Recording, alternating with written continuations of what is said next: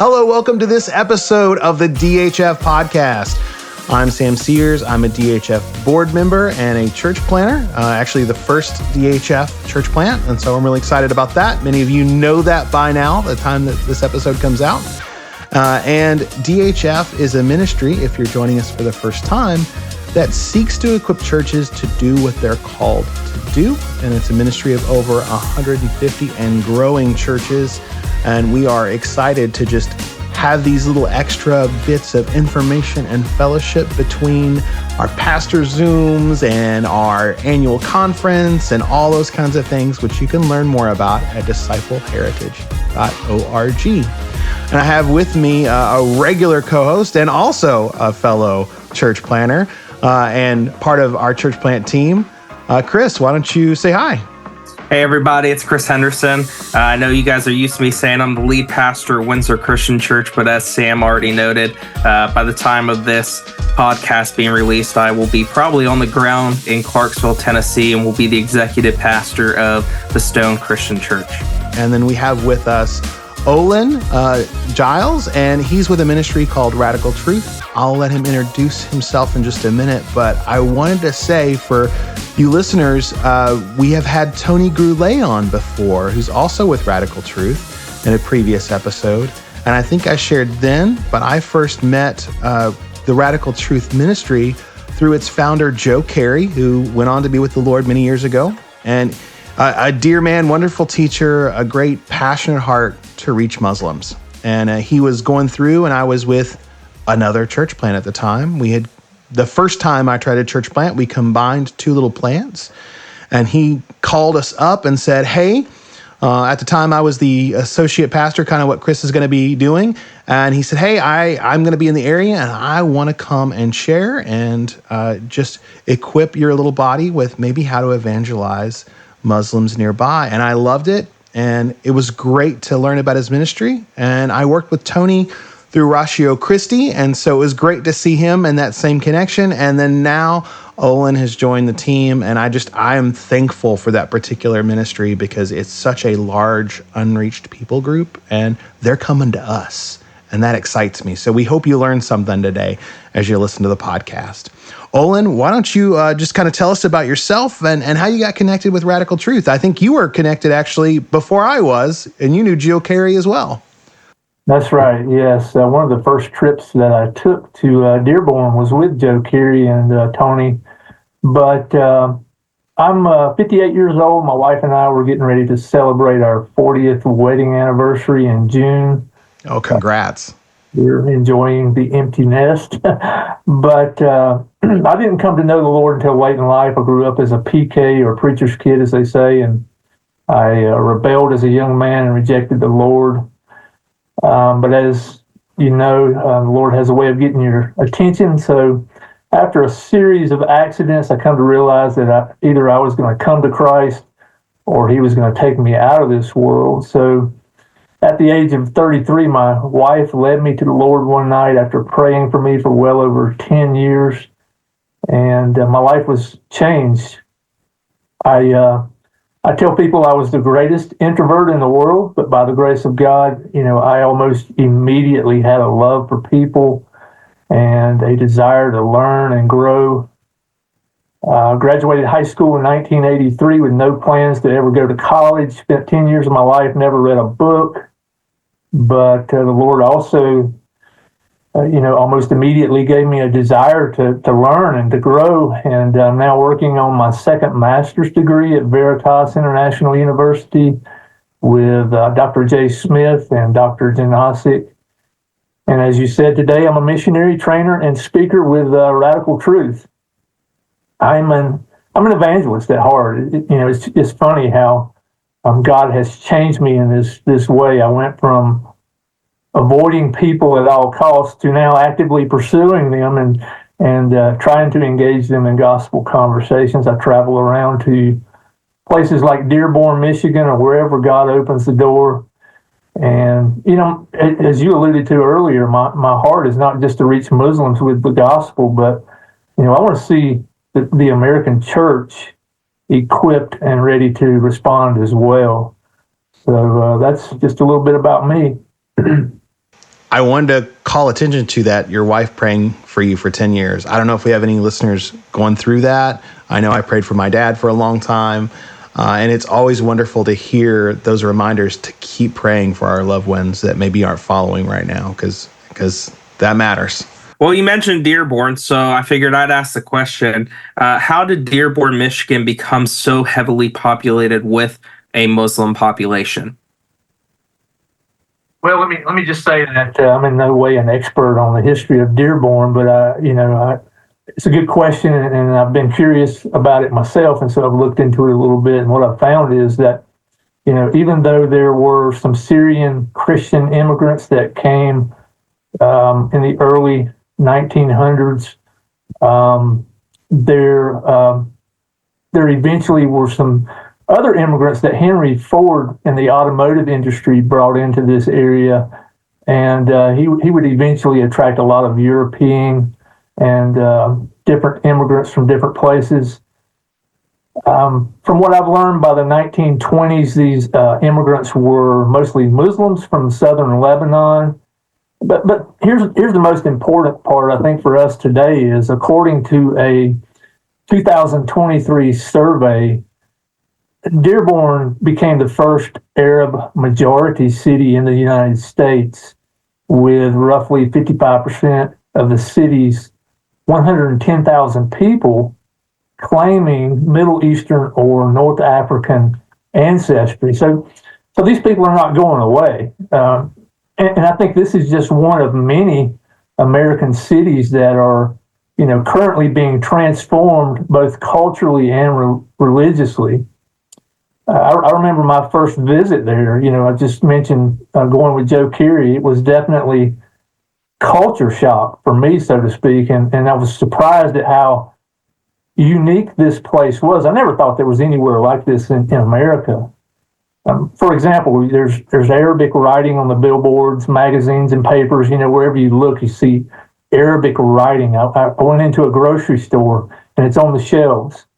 Practically every restaurant that I went into had a halal sign in the window. And at one time, Dearborn had the largest mosque in the United States.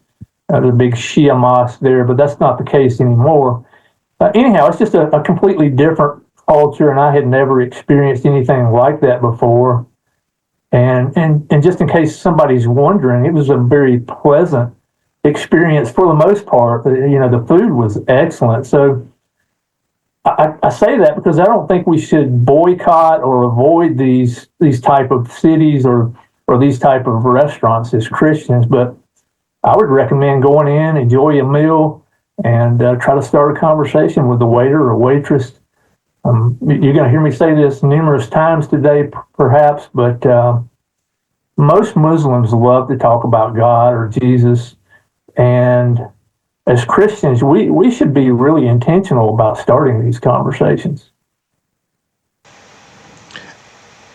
Dearborn is kind of infamous, if you're in the apologetics world, for how heavily concentrated Islam is there. And so you hear stories about people taking trips and just kind of the culture shock there. I know for me, I grew up in a small town in Kentucky originally, moved around a couple of times, but it wasn't until I was an adult in Ohio that I even kind of heard in the back off streets of a place that had halal meat and that kind of thing. But I visited Clarksville, and they had a sign in this Egyptian place that they had halal meat. I walked in. Took me a few minutes to look at the pictures on the wall and ask some questions. Turned out, even though the person that was actually our waitress didn't have the tattoo, they were all Coptic Christians. And so it was neat to have that conversation because, I have a tattoo that's actually slightly larger than the authentic one of Coptic Christians. But yeah, halal food was actually really delicious. Maybe you don't want to know why it's halal and the process that the cows go through to die to make it halal, but it was actually good. It was a great conversation to have. But speaking of Muslims in general, you mentioned you're an evangelist at heart. Why Islam specifically? Why Muslims specifically?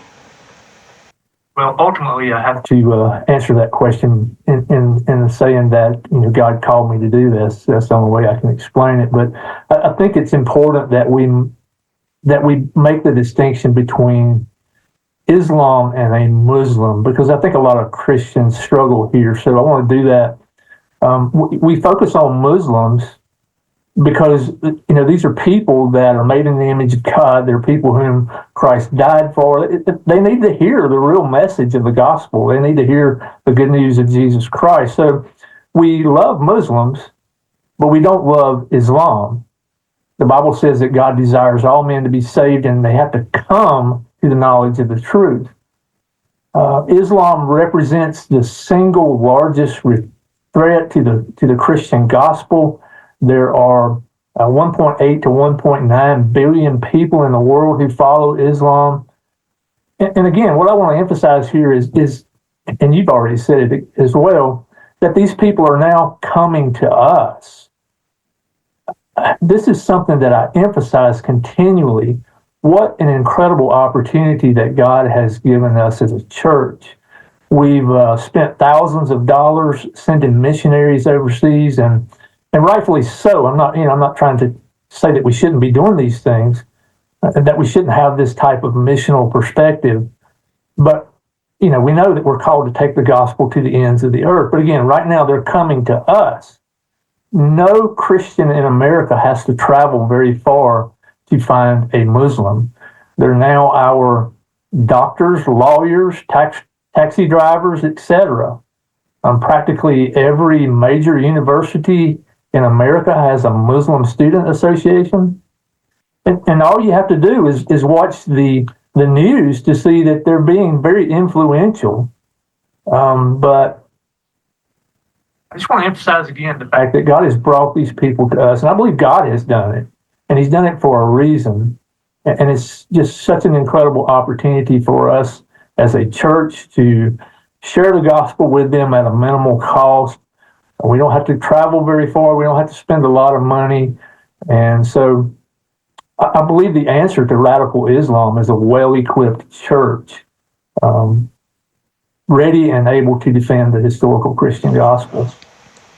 Hey, even Richard Dawkins agrees with you now. So yeah, that's pretty nice. For those who don't know who that is, it's a well-known atheist who is one of those new atheists, very aggressive, but has now said, well, I'm a cultural Christian, and Christianity is a bulwark against something much worse. And so he's seeing the Islamization of Europe is there a few years in front of us. So I appreciate that answer very much.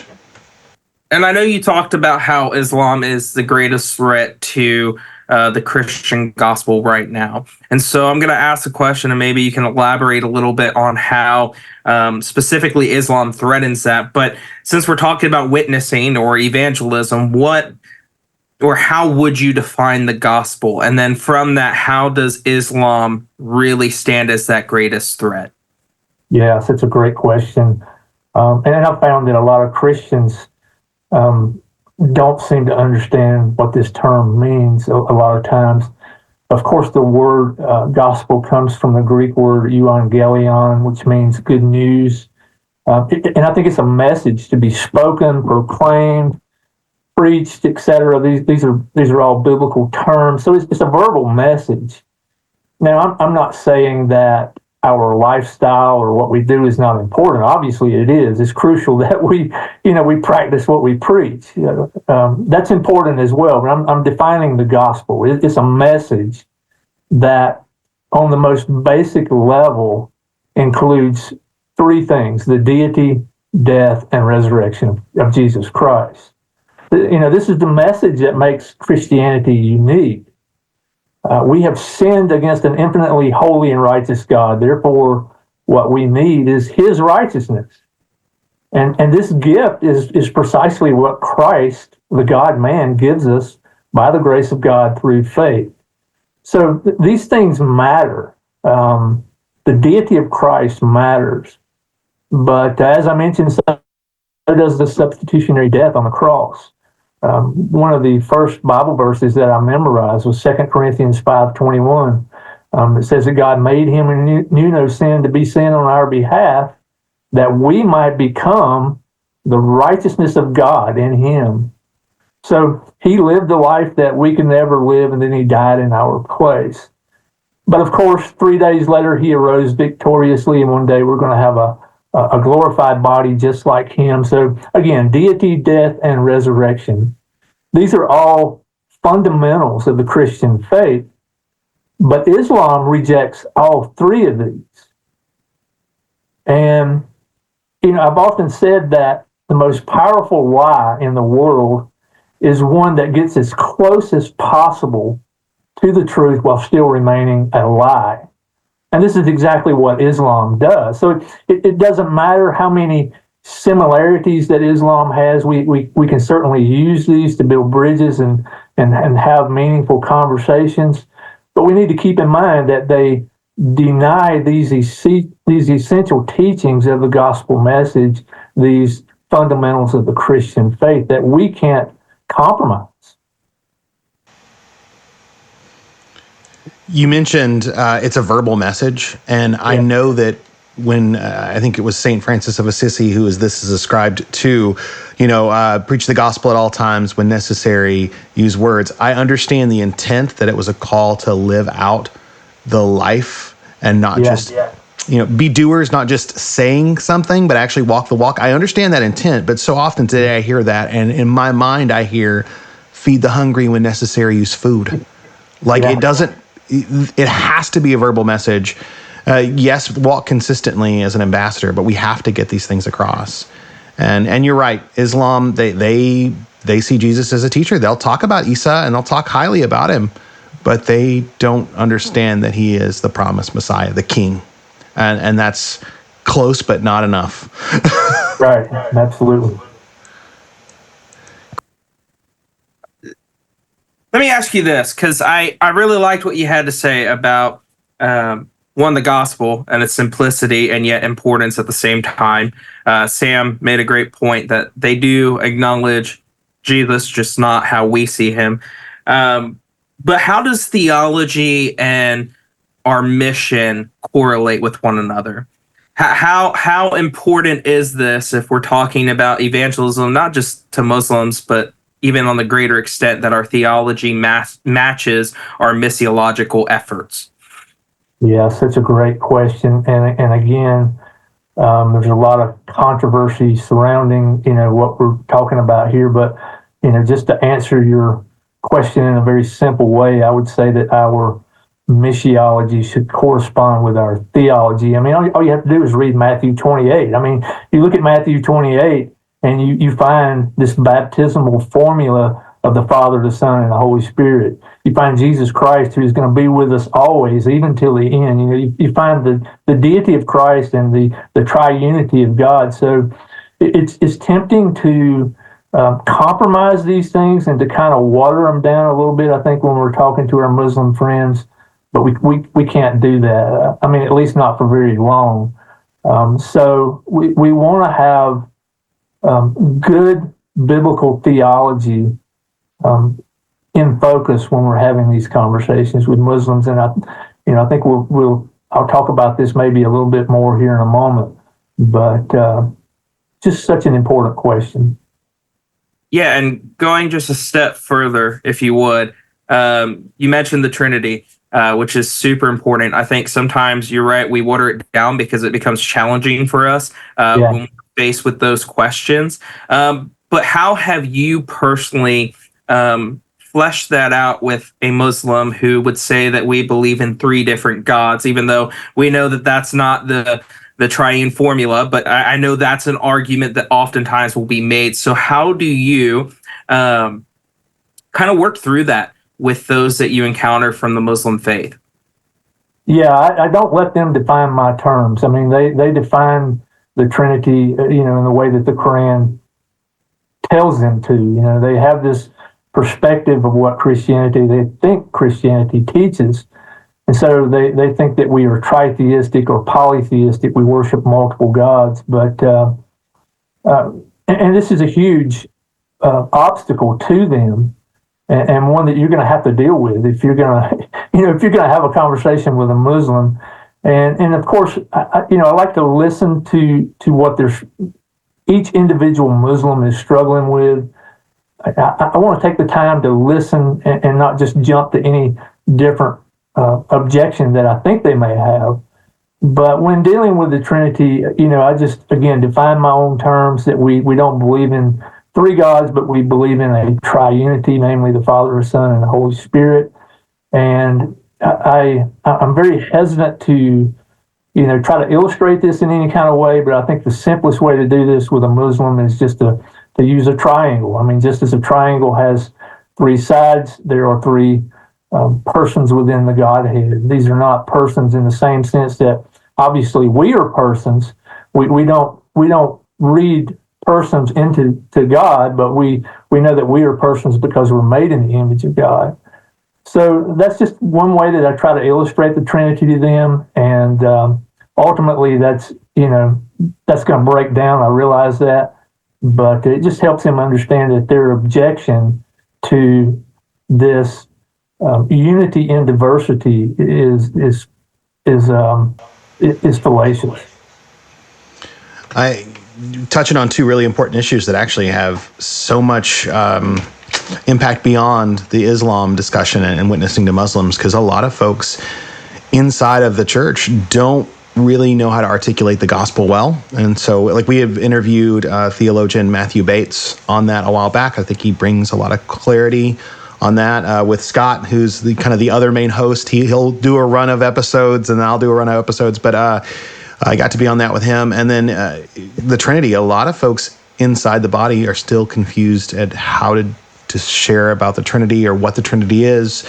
And our friend of the show, Evan Minton, he's done a big, long series of articles kind of defending the Trinity. And I think it's something worth digging into.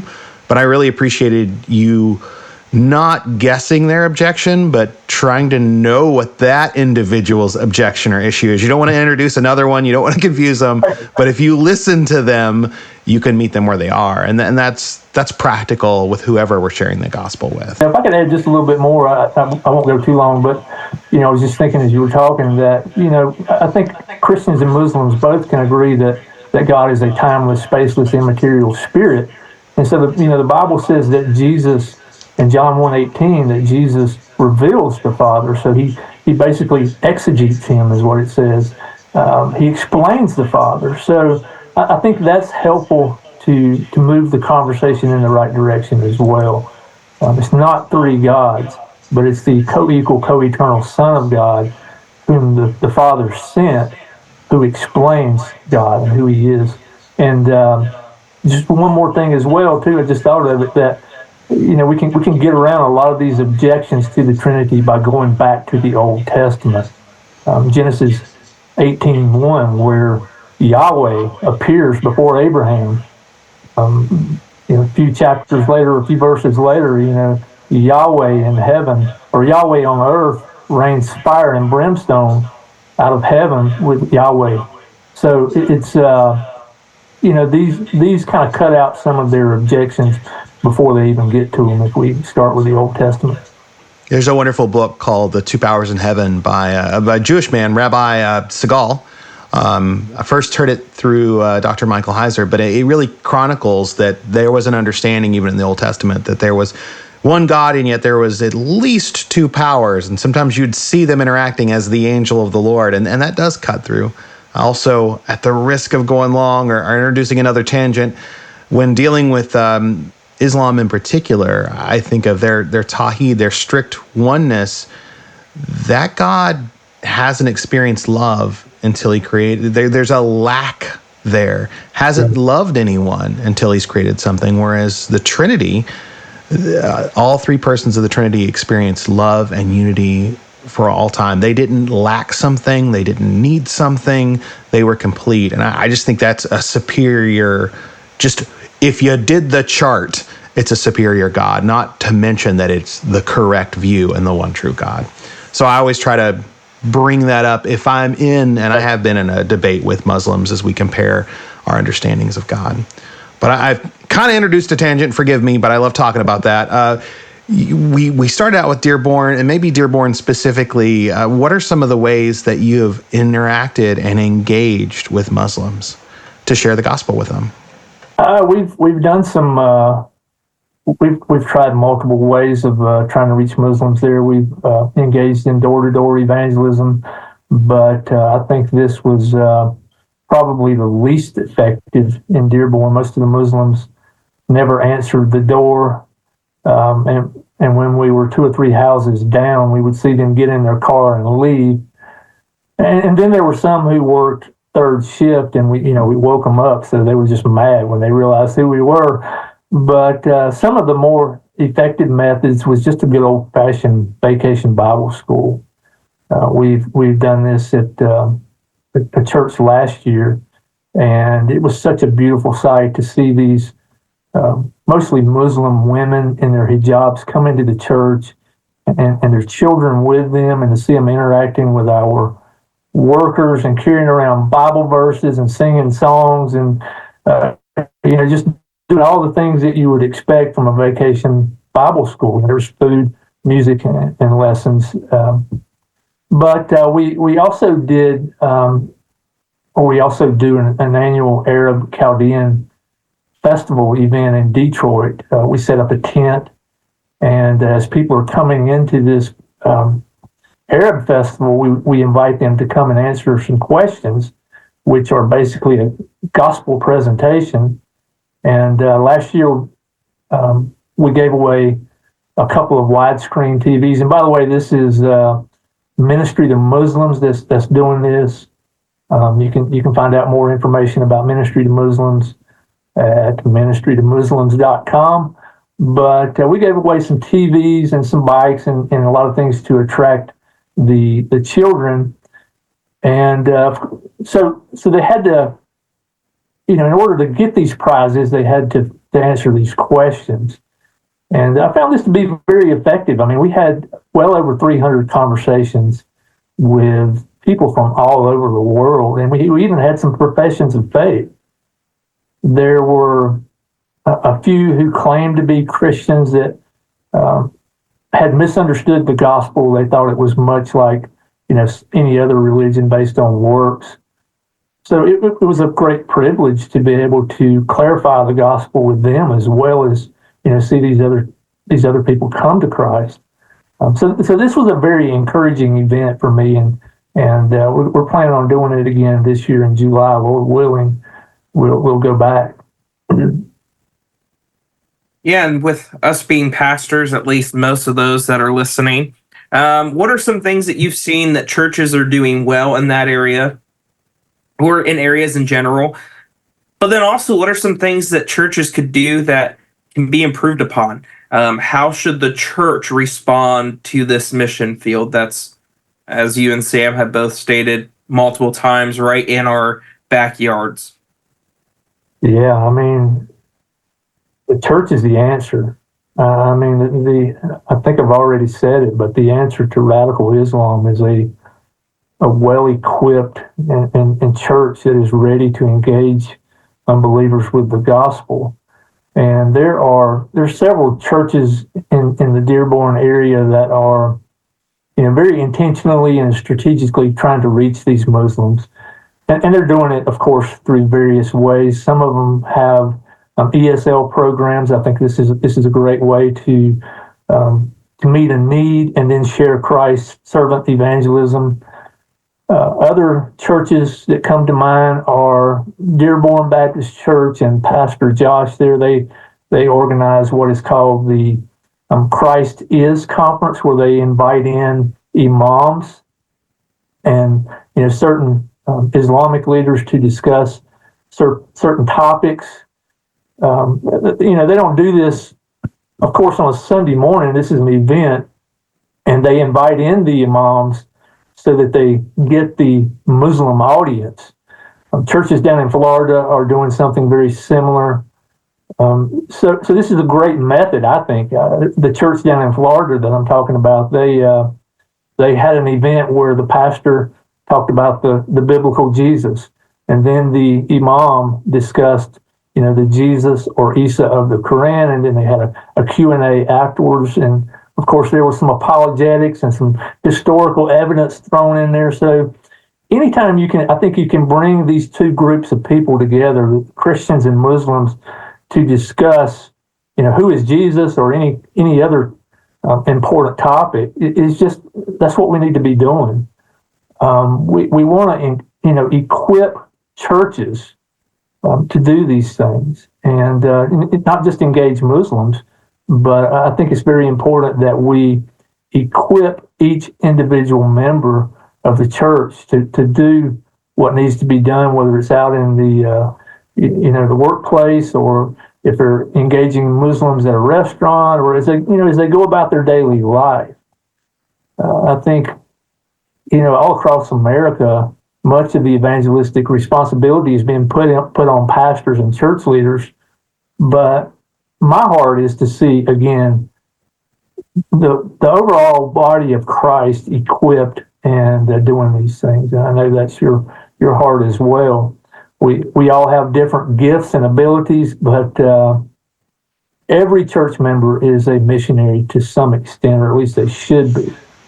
I really pray that a lot of our churches move past the old school mindset that I grew up in, where missions was something that we sent money to. Yeah. Missionaries were somebody that went overseas, and moved to the mindset that we are a missional community and that every one of us is a missionary where we are. And that's discipleship. That's a biblical model, and we need to get back to that. That's the key. I wanted to ask one question that is really culturally relevant today. We've got a lot of things going on right now with Palestine. We've got a lot of things going on inside the church with LGBTQ issues. And even then, I kind of want to unpack both of those things. And I know we don't have time necessarily, but a lot of our audience does, and you can ask more questions and reach out to us. But one of the things that I have seen is like Queers for Palestine and stuff like that. And my understanding of Islam and the way that is viewed, whereas we as a Christian, we're going to go, I love you. Many of us are even going to go like, hey, look, politically, we're not trying to outlaw your relationship necessarily, but we want you to know that God didn't design you that way, and we want you to know God, and that's much freer. We would say things like, or I've said things like, you don't find your identity in who you find sexually attractive, find your identity in Christ. But Islam's different, and this kind of thing is blowing my mind. Can you comment on Islam's view of homosexuality? Because I'm not sure that our culture understands it. It seems like there's two opposing ideas there that are being celebrated at the same time by some folks. Yeah. Islam is very hostile to this type of lifestyle. And this is, unfortunately, this is where Islam has done, this might even be a controversial statement, but I think it's true. This is where Islam has done a much better job than we have in fighting this battle of ideas, even though they're putting forth this lie, this narrative that the God of the Quran, the Allah of the Quran, would accept these type of people. The Hadith literature, which is the traditional sayings of Muhammad, these writings are filled with things about unbelievers in general to, gay and lesbian people. They're not treated very well. We know that. We see that, in places like Iran or Iran. And so, this idea that Allah is a loving God and that, that you can, it just makes no sense. I mean, that Allah would accept these type of people. He doesn't even accept unbelievers in general. There's nowhere in the Quran that he says that he loves unbelievers. And you mentioned earlier that the God of the Bible is the solution. The God of the Bible doesn't change. He is love, is what 1 John 4:8 says. And therefore we love all people. But that's not the case with Islam. And we see this being played out with Muslims, unfortunately. They don't tolerate this type of lifestyle in an Islamic country. I mean, they don't even allow unbelievers into Mecca, much less these type of people. I think of dear family members, and I might get called a name because I want to see them come to Jesus, and I'd like them to live a different lifestyle. And yet at the same time, there's people who I know want them stoned or thrown off a building. Yeah. And they're okay with them. And I'm going, there's some real cognitive dissonance there. and it's frustrating to me. So it's a challenge. Well, we've got to do a much better job, I think, of, I do this on a daily basis, and I'm hesitant to even say this, but a lot of the flack that I get is from professing Christians just by exposing Islam. I love Muslims. I love people in general. I don't hate anybody, but we have got to do a better job of exposing what the Quran and what Muhammad taught as far as these topics go. I think as Christians, we've got to expose this darkness and show them a better way in the God of the Bible and Jesus. I really wish those people that say all religions are equal would sit down and compare the lives of Muhammad and Jesus. Yeah. Oh, man. Is that it drives me nuts when people say that, because it's so obviously false. Yeah. But I could go on, and we'll definitely have you on again, because as an apologist, this kind of stuff is my bread and butter, and I do love reaching Islam, and I love the idea that the mission field is coming to us. Yeah. That's an amazing opportunity, and so we should make the most of that, right? And it sounds like a lot of churches, if you're having VBS, make sure you're inviting your Muslim neighbors to VBS. Sounds like that's a great place to start. So first and foremost, thanks again for hopping on here with us today. I know this is Sam's geek category, if you would, and so hey, it's even on the website. He calls himself a nerd for Jesus and owns it, so I'm not going to get in trouble for saying that. Where can people find out more information about you and your ministry with Radical Truth? Well, of course, they can go to radicaltruth.net. We have lots of resources there, lots of news articles. There's ways to contact us on the website. We have a YouTube channel as well that we would love you to take a look at. I have one personally for myself. It's called Why Christianity? Why Christianity 8388. YouTube added those numbers for whatever reason, but you probably won't find me unless you add those numbers on. But would love to hear from anybody that has comments or questions.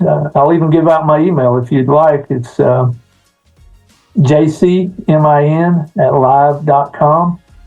And again, we'd love to hear from you and help you in any way that I can. I'm so thankful you're on board with Radical Truth. Tony often hits folks in a different area of the country than you are, and we have a whole lot of churches that we know are kind of connected to us or listen to the podcast or come to the DHF conference that are more towards your area of the country. And so I'm hoping that introducing you to them is a good thing, and we can make some connections there. So we do encourage you guys to follow up. But this has been this episode of the DHF podcast. You can find out more about our ministry at discipleheritage.org. I'm thankful for folks like Fred and Crystal who will edit and work on the thumbnail for this particular episode. And if you appreciate their work or the work that we do, we would love a like, a subscribe, a share on YouTube. We love those comments. So please do that. That helps get our reach out to more people. And we hope you've had a good one and enjoyed this episode. God bless you, and we'll catch you next time.